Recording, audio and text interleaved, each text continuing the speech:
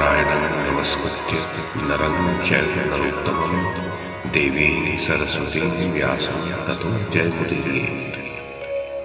ओम नमो भगवते वासुदेवाय, ओम नमः पितामहाय, ओम नमः प्रजापतिभ्यः, ओम नमः कृष्णद्वैपायनाय, ओम नमः सर्वविघ्नविनायकेभ्यः।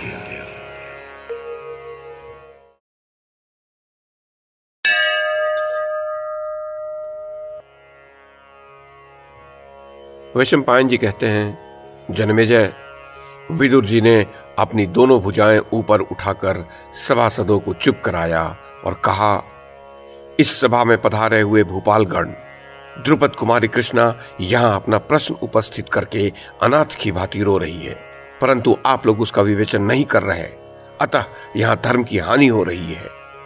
संकट में पड़ा हुआ मनुष्य अग्नि की भांति चिंता से प्रज्वलित हुआ सभा की शरण लेता है। उस समय सभासदगण धर्म और सत्य का आश्रय लेकर अपने वचनों द्वारा उसे शांत करते हैं। अतः श्रेष्ठ मनुष्य को उचित है कि वह धर्मानुकूल प्रश्न को सच्चाई के साथ उपस्थित करे, और सभासदों को चाहिए कि वे काम क्रोध के वेग से ऊपर उठकर उस प्रश्न का ठीक ठीक विवेचन करें। राजाओं, विकर्ण ने अपनी बुद्धि के अनुसार इस प्रश्न का उत्तर दिया है।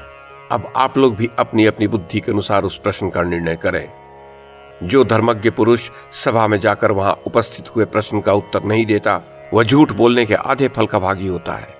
इसी प्रकार जो धर्मज्ञ मानव सभा में जाकर किसी प्रश्न पर झूठा निर्णय देता है, वह निश्चय ही असत्य भाषण का पूरा दंड पाता है।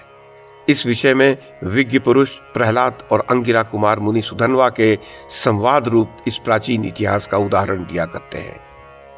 दैत्यराज प्रहलाद के एक पुत्र था, विरोचन। उसका केशनी नाम वाली एक कन्या की प्राप्ति के लिए अंगिरा के पुत्र सुधन्वा के साथ विवाद हो गया।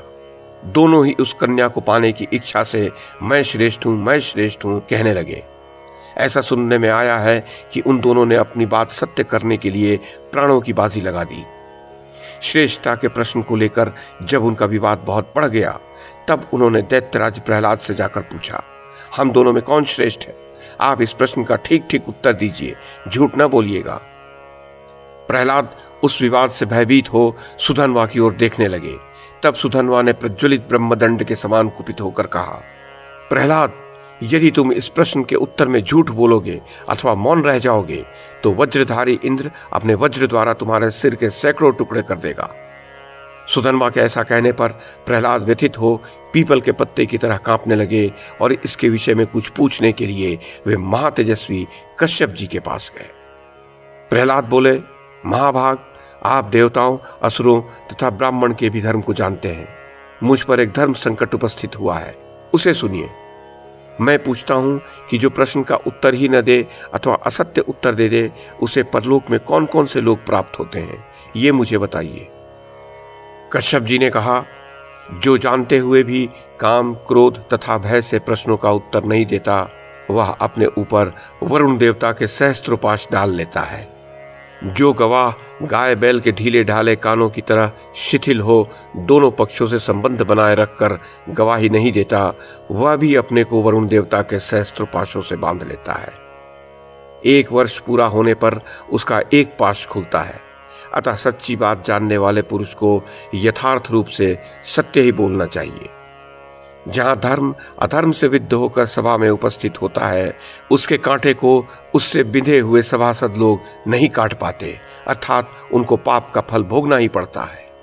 सभा में जो धर्म होता है, उसका आधा भाग स्वयं सभापति ले लेता है, 1/4 भाग करने वालों को मिलता है, और 1/4 उन सभासदों को प्राप्त होता है जो निंदनीय पुरुष की निंदा नहीं करते। जिस सभा में निंदा के योग्य मनुष्य की निंदा की जाती है, वहां सभापति निष्पाप हो जाता है, सभासद भी पाप से मुक्त हो जाते हैं, और सारा पाप करने वालों को ही लगता है। प्रहलाद, जो लोग धर्म विषयक प्रश्न पूछने वालों को झूठा उत्तर देते हैं, वे अपने इष्टापूर्त धर्म का नाश तो करते ही हैं, आगे पीछे की 7-7 पीढ़ियों के भी पुण्यों का वे हनन करते हैं। जिसका सर्वस्व छीन लिया गया हो, उसे जो दुख होता है, जिसका पुत्र मर गया हो, उसे जो शोक होता है, ऋणग्रस्त और स्वास्थ्य से वंचित मनुष्य को जो क्लेश होता है, पति से विहीन होने पर स्त्री को तथा राजा के कोप भाजन मनुष्य को जो कष्ट उठाना पड़ता है, पुत्रहीना नारी को जो संताप होता है, शेर के चंगुल में फंसे हुए प्राणी की जो व्याकुलता होती है, सौत वाली स्त्री को जो दुख होता है, साक्षियों ने जिसे धोखा दिया हो उस मनुष्य को जो महान क्लेश होता है, इन सभी प्रकार के दुखों को देवताओं ने समान बतलाया है। झूठ बोलने वाला मनुष्य इन सभी दुखों का भागी होता है। समक्ष दर्शन, श्रवण और धारण से साक्षी संज्ञा होती है, अतः सत्य बोलने वाला साक्षी कभी धर्म और अर्थ से वंचित नहीं होता। काश्यप जी की यह बात सुनकर प्रहलाद ने अपने पुत्र से कहा, विरोचन, सुधन्वा तुमसे श्रेष्ठ है, उसके पिता अंगिरा मुझसे श्रेष्ठ है और सुधन्वा की माता तुम्हारी माता से श्रेष्ठ है। अब ये सुधन्वा ही तुम्हारे प्राणों का स्वामी है। सुधन्वा ने कहा, दैत्यराज, तुम पुत्र स्नेह का परित्याग करके जो धर्म पर डटे रह गए, इससे प्रसन्न होकर मैं तुम्हारे पुत्र को यह आज्ञा देता हूं कि यह 100 वर्षों तक जीवित रहे।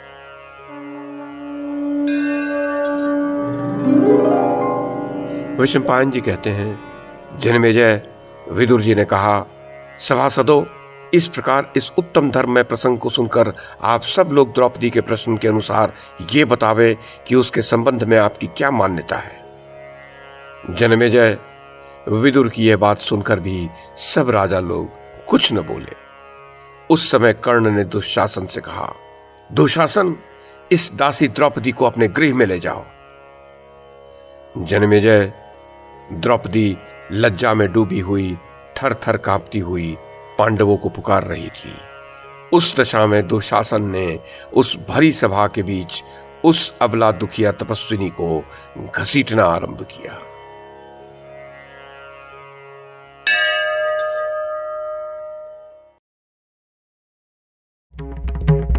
YouTube के माध्यम से महाभारत की कथा को एक श्रृंखला के रूप में प्रस्तुत करने का हमारा ये प्रयास यदि आपको सराहनीय लगा हो तो कृपया इस कड़ी को लाइक और शेयर करें, चैनल को सब्सक्राइब करें और बेल आइकन को दबाएं। साथ में अन्य लोगों को भी देखने के लिए प्रेरित करें। धन्यवाद और नमस्कार।